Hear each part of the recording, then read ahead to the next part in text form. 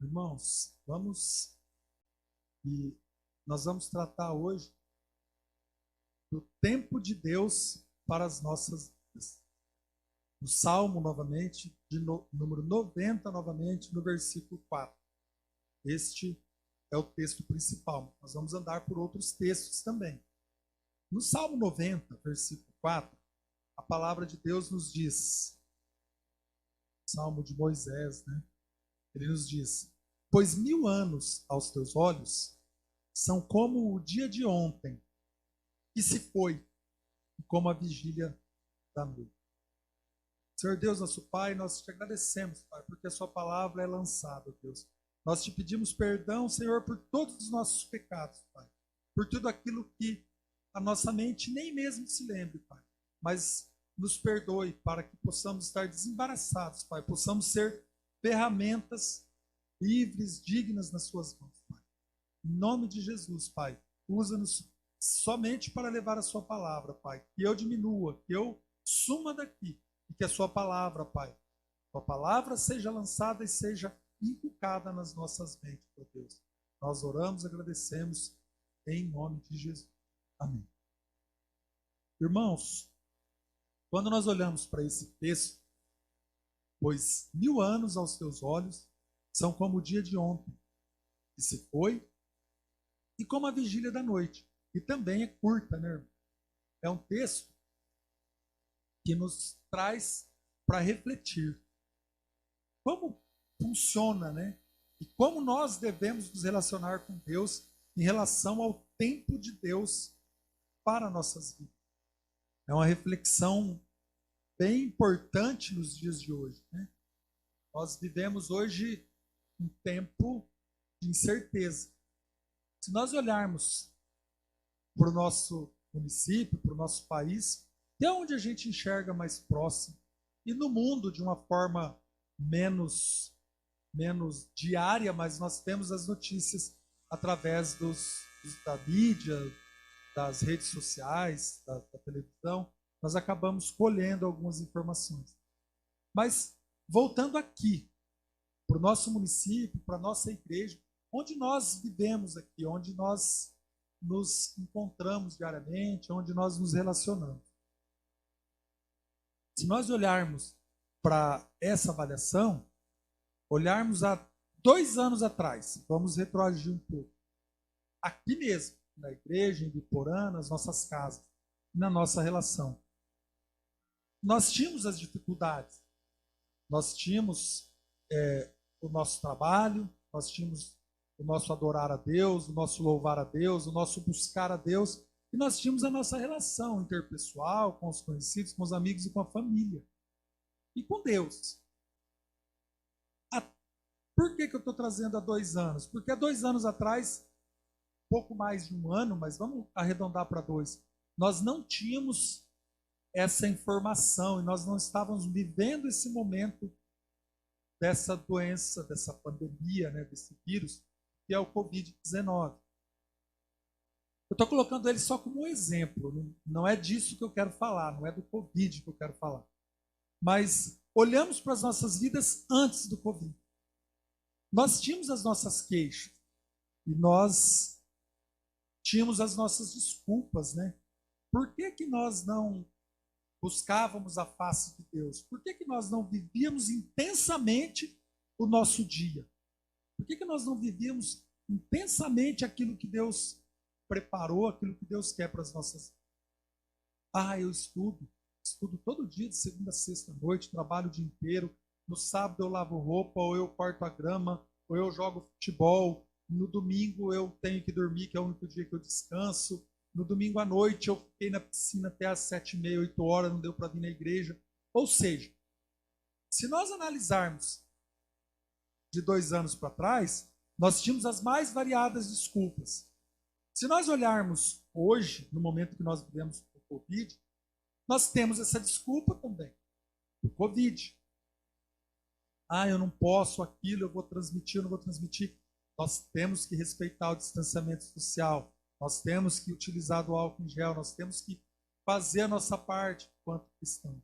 Mas nós não podemos deixar esse relacionamento com Deus, quer seja de forma íntima, de forma individual, ou quer seja coletivamente aqui na igreja, respeitando todos os protocolos. Ou seja, nos últimos 2 anos, muitas das desculpas têm sido justamente esse período pandêmico, essa dificuldade de se relacionar que esse vírus nos trouxe. Mas parando para olhar a vontade de Deus, o tempo de Deus para as nossas vidas, nós temos que avaliar que toda essa forma de viver correndo, de viver tentando administrar o tempo com as nossas forças e com os nossos interesses individuais, tem feito com que nos afastemos de Deus.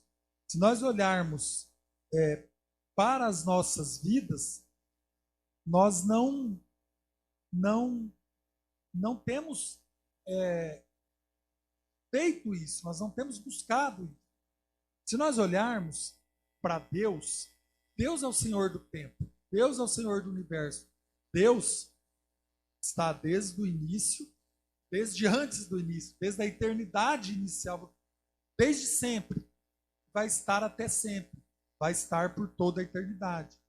Então Deus, olhando para a divindade, para o poder, para a soberania, para a força, para Deus, ele é um ser infinito. E o tempo não diz respeito a Deus. O tempo é para nós, para nossa temporariedade. Nós temos que enxergar esse início, esse fim das nossas vidas aqui na Terra e observarmos a eternidade que nos aguarda. Nós temos que parar para avaliar dessa forma, que essa transitoriedade aqui, nós devemos viver intensamente. Nós devemos buscar trabalhar, viver no nosso trabalho, viver no nosso estudo e também a presença de Deus. Isso tem que ser feito nas nossas vidas. Nós não podemos deixar a presença de Deus. Eu até vou colocar uma situação bem pesada, que é bem difícil aqui, para que nós possamos refletir. Se nós tivéssemos agora o poder de sabermos que daqui 10 minutos nós vamos morrer, nós vamos sair daqui e vamos para a glória, ou cada um, diante de Deus, o que você ia fazer? Como que você ia olhar para a sua vida? Forte, irmão. Chega aqui um anjo e diz, olha, daqui 10 minutos você não vai estar aqui mais. Você vai morrer aqui. Você não vai ter uma existência física aqui na Terra. Você vai olhar para trás e vai olhar como muitos olham. Nossa, por que eu não vivi mais com a minha família? Nossa, por que eu não falei eu te amo para o meu pai? Por que eu não falei eu te amo para minha mãe? Por que eu só reclamei? Por que eu só exigi? Por que eu não falei bom dia com felicidade no meu trabalho? Por que eu não ajudei o próximo que Deus colocou na minha frente? Por que eu não convivi em unidade na minha igreja? Por que eu não abri mais a palavra de Deus? Por que eu não olhei mais a Bíblia? Por que eu não participei mais da escola dominical? Por que eu não fiz estudos na minha casa? Por que eu não fiz devocional diante de Deus? Por que eu não abracei meu filho? Por que eu não chorei com meu filho? Por que eu não vivi com as pessoas de forma intensa? Eu tenho certeza, sem medo de errar, que a imensa maioria iria falar: eu podia ter feito isso, eu podia ter feito aquilo. E nem todos vão ter a mesma sorte, do rei Ezequias, que teve os seus 15 anos adicionados. Nem todos vão ter isso. Acredito que nenhum de nós. E se esse anjo chegasse agora? Daqui 10 minutos você vai morrer. Qual seria a sua resposta para a sua administração do tempo? O que você fez com o seu tempo? O que você fez com o seu tempo para a sua família, para os seus irmãos? E principalmente, o que você fez do seu tempo com Deus? Você adorou? Você amou? Você serviu? Você se entregou para o Senhor? Então, essa é uma pergunta muito importante para as nossas vidas. Se nós olharmos para o livro de Isaías, capítulo 55, versículo 9, a palavra fala assim: porque assim como os céus são mais altos do que a terra, assim são os meus caminhos mais altos do que os vossos caminhos, e os vossos pensamentos mais altos, ou melhor, e os meus pensamentos mais altos do que os vossos pensamentos. Irmãos, quando nós olhamos um texto desse, nós temos que refletir que nós temos um Deus que nos criou a sua imagem e a sua semelhança, que nos tirou de onde nós não conseguiríamos sair.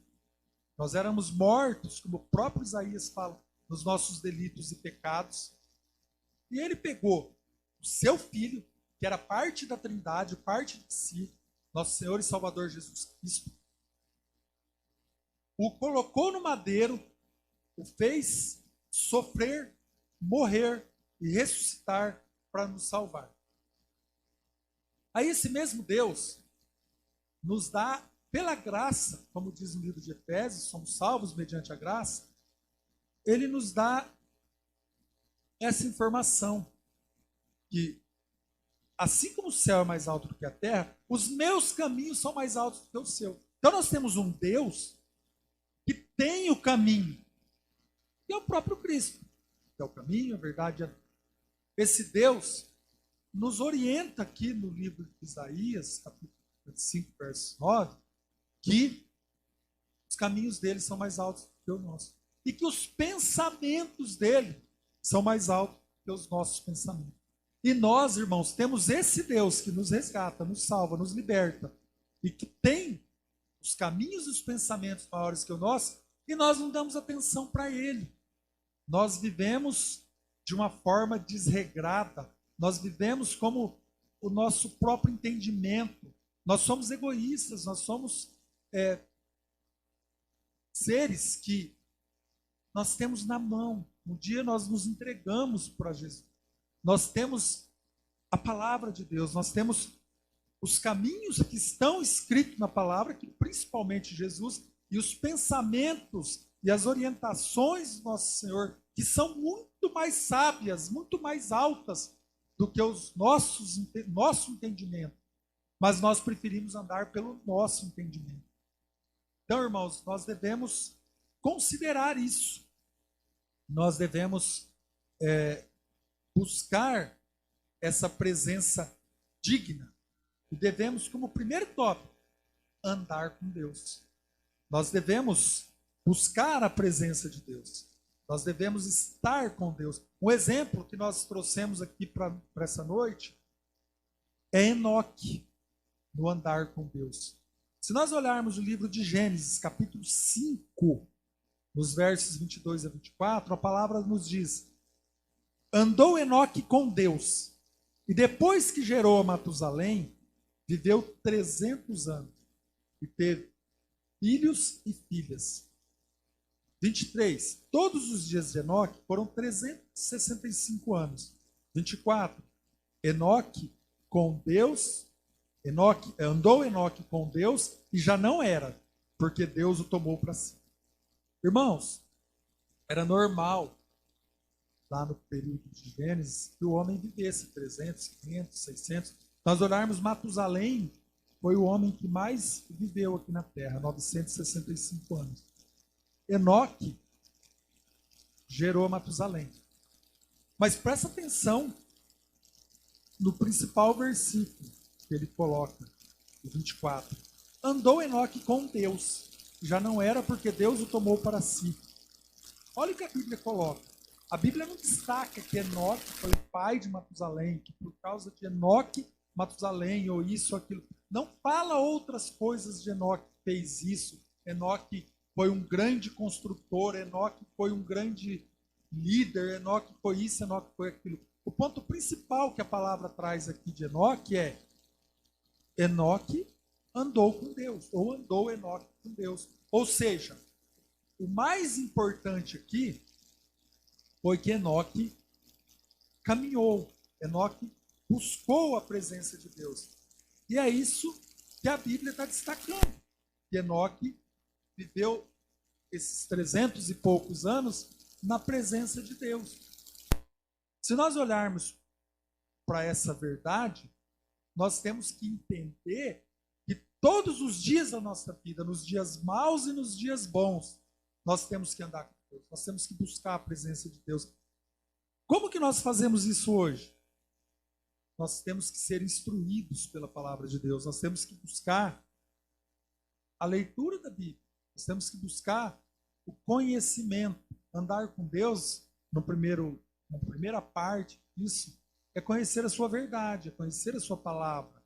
Porque como que eu vou fazer uma coisa se eu não conheço o que eu vou fazer? É a mesma coisa de você falar que um médico, para ser médico, teve que estudar engenharia.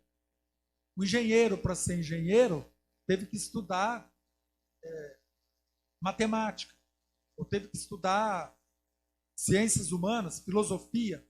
Então, as coisas são bem claras nesse ponto. Nós temos que ter o culto racional, conforme nos ensina o apóstolo Paulo. Se eu quero andar com Deus, se eu quero conhecer a Deus, eu tenho que conhecer a sua palavra. Porque um médico com conhecimento de engenharia não vai fazer uma cirurgia. Um engenheiro com conhecimento de filosofia não vai construir um prédio. Então, um filho de Deus, uma pessoa que se entregou para Jesus, ou qualquer outra pessoa, não vai andar com Deus se não conhecer a palavra de Deus, se não conhecer a Bíblia. Então, irmãos, uma das maneiras de andar com Deus é conhecer a Bíblia. E uma segunda parte, não menos importante, tão importante quanto, é o conhecimento, a relação, a busca íntima com Deus, que é o devocional, que é a vida de oração. Orar, a própria palavra fala, oração. É a ação de falar, é a ação de dizer, oração. Então eu preciso falar, eu preciso ter a atitude, a ação de falar com Deus. Eu preciso, às vezes, fazer silêncio e meditar na palavra, meditar no que ele está falando, ouvi-lo, entendê-lo.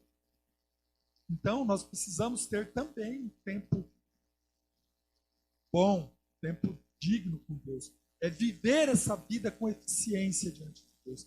Se nós olharmos em Mateus 26, 8, nós vimos também que os discípulos ali se indignaram naquele momento porque Maria estava utilizando de todo o perfume que ela tinha para lavar os pés de Jesus, de todo o bálsamo que ela tinha para lavar os pés de Jesus. Paremos para analisar essa passagem de Mateus. O que acontece nesse momento? Jesus repreende. Ele fala, por que molestais esta mulher, no versículo 10? Ela praticou boa ação para comigo. Irmãos, andar com Deus é não perder também a oportunidade. Ela tinha ali o seu perfume, o seu bálsamo, que tinha metade, estava cheio. Ela tinha essa posse, essa propriedade. E se ela não tivesse lavado os pés de Jesus, o que ia acontecer? Ela ia guardar. Ela ia usar mais 1 ano, 2 anos, 3 anos, talvez, não sabemos qual era a quantidade. Mas veja como ela não perdeu tempo. Ela tinha na frente dela uma oportunidade. Ela tinha Jesus com ela. Então Maria resolve usar todo o seu perfume para adorar, para louvar. E o que é esse perfume? Qual que é a metáfora que nós podemos usar para as nossas vidas? Nós estamos vivos, nós estamos respirando, nós estamos com saúde, ou mesmo em enfermidade. Aqueles que estão em enfermidade. Irmãos, nós temos que colocar o nosso coração. Nosso coração é o perfume diante de Cristo, diante de Deus. Nós temos que viver com intensidade. Nós temos que derramar todos os dias esse louvor, essa adoração, essa devoção. Nós temos que ser Nós temos que colocar a Deus como nosso ídolo. Nós temos que colocar a Deus sobre todas as coisas.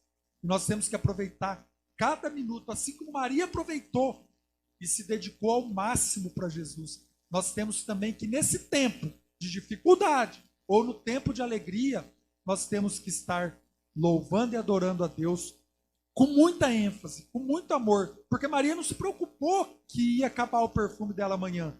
Ela se entregou para Deus. E ela sabe que ela tinha o Deus ali da providência. Ela se entregou para Jesus. E ela sabe que se amanhã vai ter perfume ou não vai ter perfume, aquela era a hora. Ela vai viver com ou sem o perfume. E se vai ter perfume, Deus vai dar depois. Mas aquela era a hora dela se entregar com todas as suas forças e fazer essa devoção total para Jesus, para Deus. Então, irmãos, primeiro ponto, amar a Deus sobre todas as coisas. Aproveitar o tempo, lendo, estudando, derramando, orando e vivendo intensamente as oportunidades. Eu estou aqui na igreja, tem 2, 3, 4 louvores, vou louvar com todo o meu fôlego, vou louvar com toda a minha adoração. Até mesmo eu, que sou ruim de louvor, não sei cantar direito, mas eu não tenho musicalidade, né? Mas mesmo do meu jeito, eu tenho que me entregar naquele momento. Na hora da palavra, eu tenho que ouvir com todas as minhas forças, tentar o entendimento daquilo que Deus está usando o seu servo para falar. Na hora do meu devocional na minha casa, eu não tenho que ver o devocional e olhar se o celular está piscando a luz das mensagens. Eu não tenho que fazer o meu devocional com a televisão ligada baixinha. Eu tenho que viver o devocional. Para mim, eu tenho que fazer como se fosse o devocional dos meus últimos 10 minutos, como se o anjo tivesse chegado para mim e falado que eu vou morrer daqui 10 minutos. Que devocional eu não faria se o anjo falasse isso para mim, irmãos? Você vai morrer daqui 10 minutos. Como seria esse louvor, essa adoração, esse arrependimento, esse devocional, se eu tivesse essa informação? Então é isso que eu preciso fazer. Eu preciso colocar a minha força, eu preciso me entregar diante de Deus. Para minha família, segundo ponto, eu também tenho que estar com a minha família. Eu também tenho que buscar orar, buscar adorar, buscar viver a Deus e trazer essa adoração que eu tenho diante de Deus para a minha família. Mas não por força. A gente entende que se nós olharmos para cada pessoa dentro da nossa casa, embora nós somos uma família de 3, ou só o casal mais um filho, casal mais 2 filhos, não importa, 4, 5 pessoas na família. Mas cada pessoa daquela família é um indivíduo diferente. Cada pessoa vai entender o evangelho de acordo com a sua mente. Cada pessoa vai ter ali o seu significado naquilo que ele está ouvindo. Mas a nós que somos pais, pai, mãe, nós somos o exemplo. Como que uma criança, do 0 aos 7, formando o seu caráter, formando todo o seu emocional, o seu consciente, seu subconsciente, enchendo de informações, e depois do 7, ad eterno, né, até a hora da morte, como que a pessoa aprende? Através de exemplo. Então, se nós queremos que os nossos filhos sejam bons cristãos, sejam devotos do Senhor, sejam pessoas que buscam a presença de Deus, nós temos que ter exemplo. Nós temos que orar, louvar, adorar, pegar o pequenininho ali, colocar do lado, mostrar a presença de Jesus nas nossas vidas. Porque eu não posso exigir do meu filho aquilo que eu não faço. Eu não posso querer que o meu filho venha para a escola dominical se eu não venho. Eu não posso querer que o meu filho vá no culto se eu não vou. Então eu preciso ser exemplo. Muitas vezes a gente aprende da pior forma. A gente aprende errando. A gente aprende sofrendo. Mas para você que ainda tem seus filhos pequenos, para você que ainda tem essa condição, seja espelho, seja exemplo. Faça primeiro, para que o seu filho possa olhar. Para uma criança, o pai e a mãe é o super-homem e a Mulher Maravilha. Então, para eles, o pai e a mãe são seus heróis. A partir do momento que o pai e a mãe mostram que Cristo é a nossa força, como está escrito lá em Deuteronômio, Deus é a nossa força, Deus nos dá saúde. A partir do momento que o pai e a mãe conseguem mostrar com exemplo que Deus é mais importante, com certeza essa criança vai lá na frente viver dessa forma. O próprio livro de Provérbios fala isso, né? Ensina o caminho que depois ela não se desviará. Então, é nossa obrigação, é nosso dever, mesmo cansado, mesmo chegando do serviço tarde, abrir a Bíblia infantil ou fazer o devocional com a família, orar antes das refeições, porque essas repetições vão se tornando hábito. Esse hábito vai se tornando uma informação de experiência importante na vida. Então, a repetição cria o hábito cria a experiência, e a experiência cria a crença. E essa crença, uma vez enraizada, uma vez escrita, uma vez impressa, uma vez marcada no nosso subconsciente, no nosso coração, ela não sai mais. Mas para que ela possa ficar nos nossos corações, nós precisamos criar esse hábito. Estar com a família de Deus é bem parecido, irmãos, com estar com a nossa família. Nós temos que ter um entendimento que a diferença maior é que estar com a família de Deus, ou seja, estar com os irmãos, nós não convivemos a intimidade que nós temos na nossa casa com a nossa família sanguínea. Mas nós temos uma intimidade de uma relação em unidade, em espírito, em amor, porque nós temos o mesmo temor. Nós tememos a Deus. Nós servimos ao mesmo Deus. Então, esse objetivo, esse foco na cruz de Cristo, nos dá essa unidade. Nós já falamos aqui sobre unidade nos sermões do começo do ano, na Semana do Clamor. Essa unidade que nós temos que ter com os irmãos é respeitar as diferenças. Se nós temos um irmão que pensa diferente em alguma coisa, nós temos que não querer impor a nossa vontade. O irmão está errado, o irmão isso, o irmão aquilo. Nós temos que instruir com amor. Paulo fala isso o tempo todo, com amor. Então nós temos que ter com os irmãos, conversar com os irmãos. Nós temos que ser exemplos também dentro da igreja. Nós temos também que não nos sacrificar, não nos colocar como peso. A partir do momento que eu estou vivendo uma unidade, dentro de uma igreja, dentro de uma instituição, com peso, com dificuldade, tem alguma coisa errada. Nós temos que buscar a presença de Deus e tentar entender que caminho eu tenho que tomar, porque esse caminho está errado. Esse caminho não está certo. Se tem peso, não está certo. Nós temos que buscar diante de Deus uma reconsideração para isso, para que nós possamos estar no caminho de maneira mais próxima. Mas essa busca por essa unidade com os irmãos, nós temos que estar como testemunhas fiéis do amor de Cristo diante dos irmãos, para que um irmão que está em dificuldade lá na casa dele, que não está conseguindo viver toda essa adoração, esse louvor a Deus, possa olhar para a minha vida.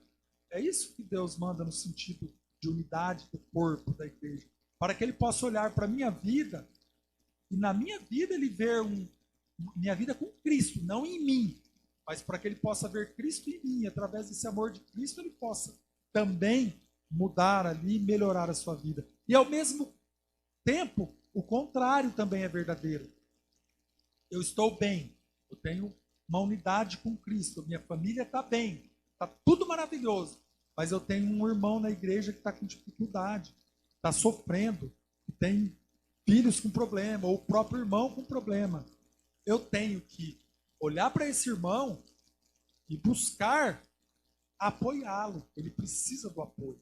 A palavra de Deus, quando fala que nós temos que viver suportando-nos uns aos outros, tem até gente que faz piada, né? Suportando o mau humor, suportando isso, aquilo do irmão. É no sentido de suporte, é no sentido de estarmos acolhendo, estarmos vivendo em harmonia com os irmãos, buscar esse acolhimento nas dificuldades dos nossos irmãos. Então, irmãos, viver Deus intensamente, viver a palavra de Deus na nossa família intensamente e viver a palavra de Deus com os nossos irmãos intensamente. Depois que nós aprendermos essas três coisas diante da relação com Deus, Aí sim, irmãos, nós também temos que pensar que é uma da nossa missão, que é não depois, mas ao mesmo tempo, que é o Marcos 16:15, que é ide, né? Levai a todas as criaturas. Ou seja, nós temos que trabalhar esse amor de Deus também lá fora. Também sermos testemunhas, não somos nós que vamos saber quem Deus vai chamar, quem Deus vai estar salvando, quem Deus vai buscar, porque isso é individual de cada pessoa, mas nós temos que mostrar que existe um Deus lá fora. Nós temos que mostrar através também das nossas vidas. Lá no trabalho tem uma pessoa que não professa fé em Cristo.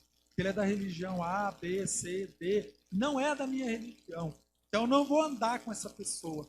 Pelo contrário, se você tem a crença, se você está salvo, você já buscou a presença de Deus, se você já aceitou Jesus como Salvador, e você conhece alguém que você entende o seu pensamento, que é mais baixo do que o pensamento de Deus. O pensamento de Deus é maior que o nosso. Mas se no seu pensamento você pensa que essa pessoa precisa conhecer a Cristo, então é sua obrigação, é minha obrigação, levar o amor de Cristo para essa pessoa. Porque nós temos essa missão também, irmão, de levar o amor de Cristo para todas as criaturas. Então, irmãos, considerando que nós estamos ainda no começo do ano, né? Dia 10 de fevereiro, passaram-se aí 41 dias desse ano. Nós temos muito por fazer. Nós estamos no meio de uma pandemia, nós temos pessoas ficando depressivas, pessoas ficando agoniadas, pessoas vivendo em desespero. E nós conhecemos a Deus. Deus age nas nossas vidas. Nós nos entregamos para Cristo. Nós estamos buscando a vida com Deus dentro das nossas casas, com a nossa família. Nós estamos buscando a vida de Deus dentro da nossa igreja. E lá fora? Então nós temos que também termos proveito disso, nós temos que buscar isso e levarmos lá fora. Quando nós olhamos para Cristo, Cristo começou a caminhar aqui na terra e a pregar e a levar e andar com os discípulos, né? Pregar, ele pregou desde sempre, com a sua própria vida, com o seu próprio amor, a sua presença já mostrava a luz. Mas Cristo, dos 30 aos 33, que foi o período que ele passou a nos instruir de maneira efetiva, de maneira diária e andando com os discípulos. Por que aos 30, irmãos? Não sei se todos sabem, mas naquele tempo, 30 anos era a idade que a pessoa amadurecia e ela tinha condição de ser um sacerdote. Então Cristo, respeitando isso, também entrou aos 30 anos para pregar e para falar da palavra de Deus. E foi até os 33. Agora, irmãos, se nós olharmos para os evangelhos, esses 3 anos de Cristo aqui na terra, o que ele deixou para nós? Ele viveu intensamente. Ele orou, ele buscou a presença de Deus, ele jejuou, ele ensinou, ele pregou, ele morreu, ele deu a sua vida. Olha como Cristo viveu intensamente a sua missão aqui na terra. Nós temos condição de viver intensamente dessa forma como Cristo viveu? Eu não sei se nós teríamos essa coragem. Eu acho uma situação... Nós temos alguns irmãos missionários que dão a vida, mas nós temos que buscar o testemunho. Nós temos que dar esse testemunho. Nós temos que buscar a presença de Deus. Nós não vamos dar testemunho se nós não vivermos com Cristo, com Deus. Se a nossa vida não for cristocêntrica, se o nosso amor não vier da cruz. Eu não vou dar o amor para o meu filho, para minha filha, para o meu irmão, para o meu colega, dando um carro, dando um terreno, dando uma casa. Isso é transitório.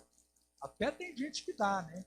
Mas isso não traz a felicidade eterna. Se você buscar lá no Silvio Santos, no Luciano Huck, todas as pessoas que ganharam as casas lá nas premiações deles, será que são felizes se não conheceram a Deus?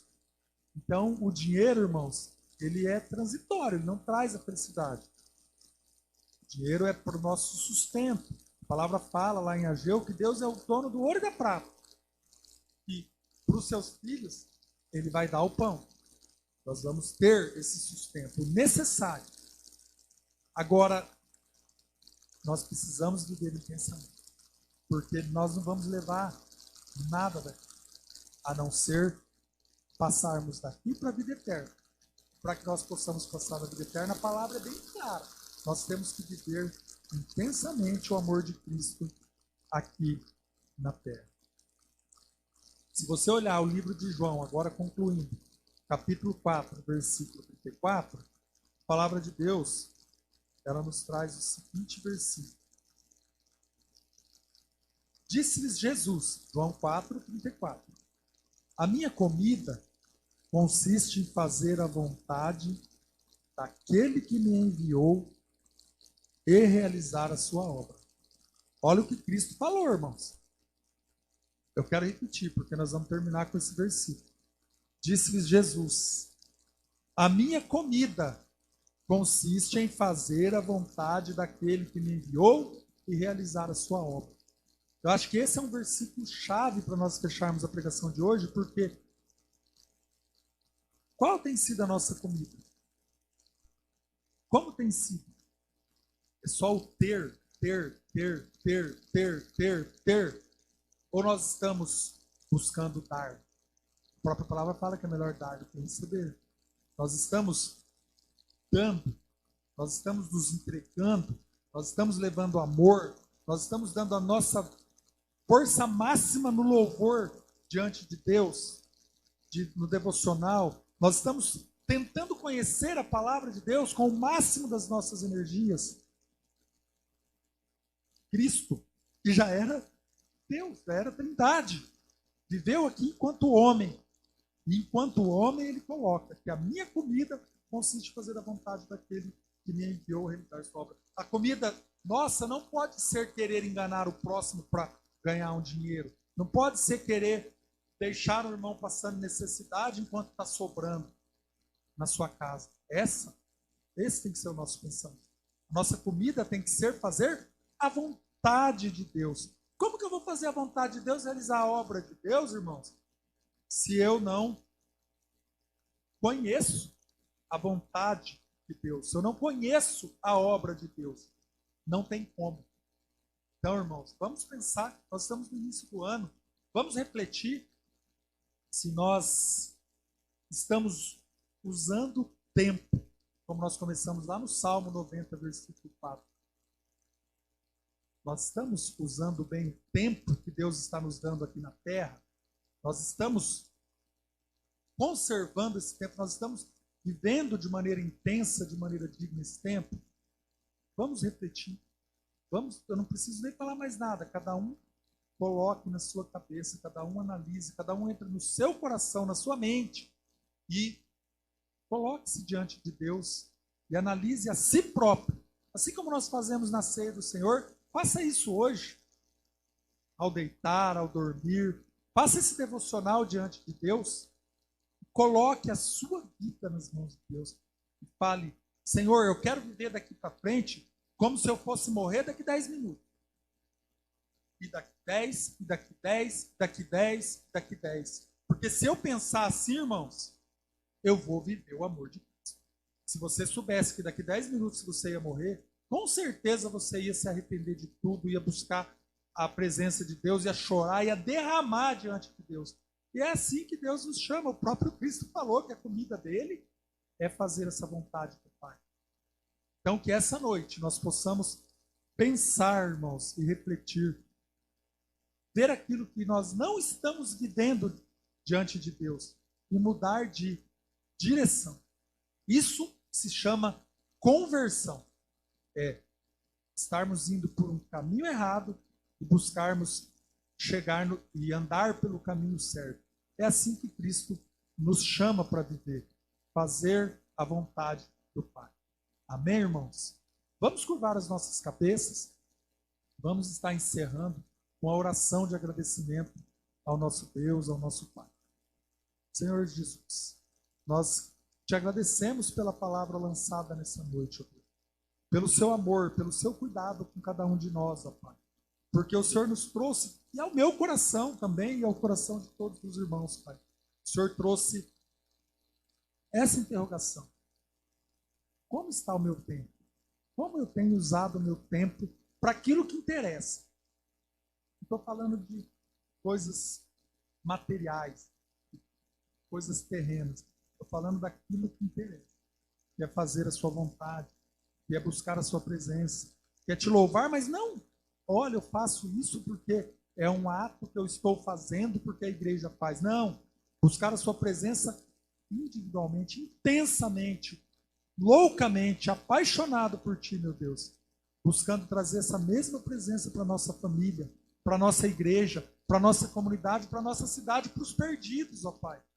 Nos dá, Senhor, esse coração intrépido, essa vontade, essa força, para que nós possamos, ó Pai, fazer a sua vontade, fazer aquilo para que nós fomos chamados. Nós te agradecemos, Senhor, pela palavra. Te agradecemos pelo seu amor conosco, Pai. Nos entregamos, nós te louvamos, te adoramos, no santo nome de Jesus. Amém, amém e amém.